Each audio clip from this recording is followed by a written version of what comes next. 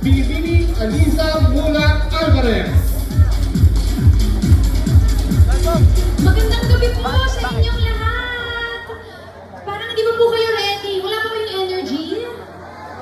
Parang uwi na ba kami? Joke lang. Magandang gabi po sa inyong lahat! Hello po!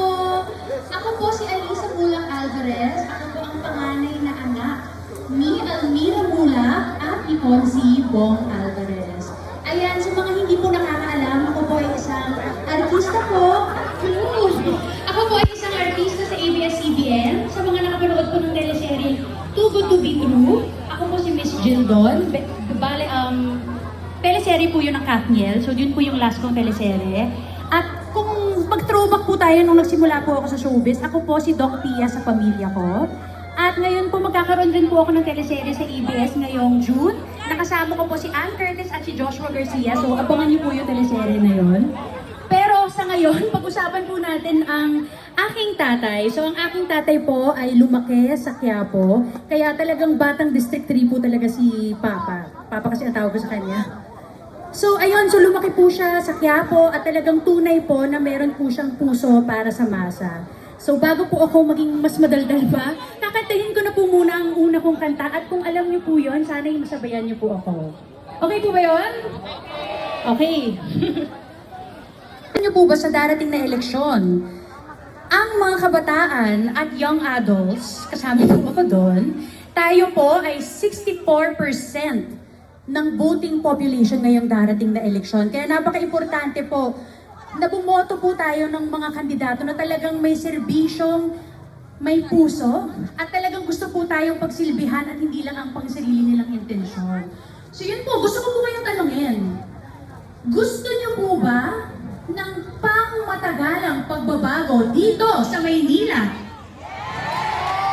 Parang hindi masyado, hindi ko na-feel yung yes. Gusto niyo ba ng pangmatagalang pagbabago dito sa Maynila? Ayan naman pala, yan ang hinahanap kong energy. At pangalawa, gusto niyo po ba ng serbisyong may puso at may malasakit para sa bawat isa? Yan naman pala. Kung yun po ang gusto ninyo, let's vote! Your Miss Choice. Ayan po silang lahat. Ayan, ang aking tatay po ang magiging katuwang ng Your Miss Choice dito po sa District 3. Kaya sana po, iboto niyo po siya at iboto niyo po ang Your Miss Choice, lahat po sila.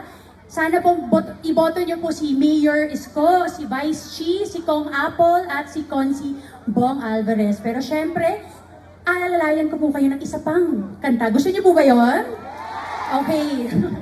Ayan, kung alam niyo po itong next kong kanta, sana yung mga... Sino ba ang mga ka-age ko dito?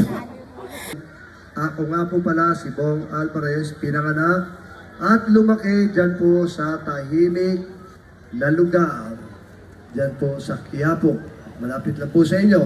Ako po yung nag-elementarya sa Apolinario Mabini Elementary School, dyan po sa Quiapo.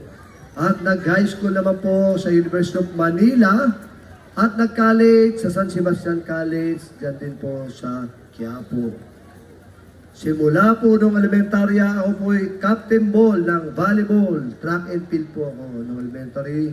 At nung high school naman, basketball player po ako ng UM, ganun din po nung college.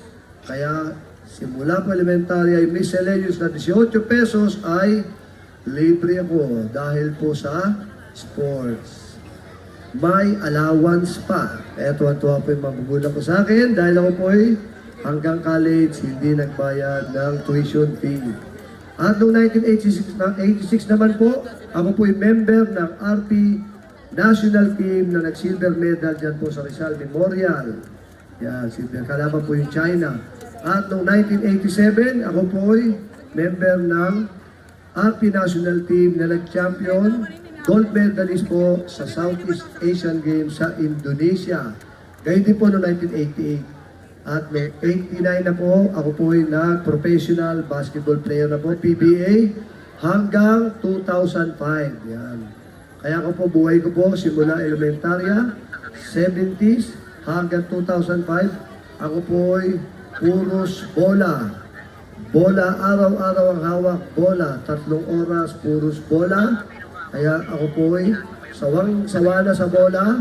at hindi po ako makikipagbulahan sa inyo. Ayos po ba yun? Isa pong karangalan sa akin ang mapabilang sa Yormes Choice. Yan. Kasama po ng aking mga ka-Yormes Choice. At siyempre po, sa atin pong susunod na Congresswoman Apple Nieto, palagpakan naman po natin. At sa atin pong magbibigay ng liwanag sa Maynila, ang susunod na Vice Mayor Chi Atienza, palagpakan naman po natin. At siyempre po, alam ko po, sabik na po kayo, ang iniintay ng lahat, ang pagbabalik ng ating mahal na Yorme Isko Moreno Dumagoso. Ayan. Sabik na po kayo, nandiyan na po siya, mamaya makikita niyo po siya.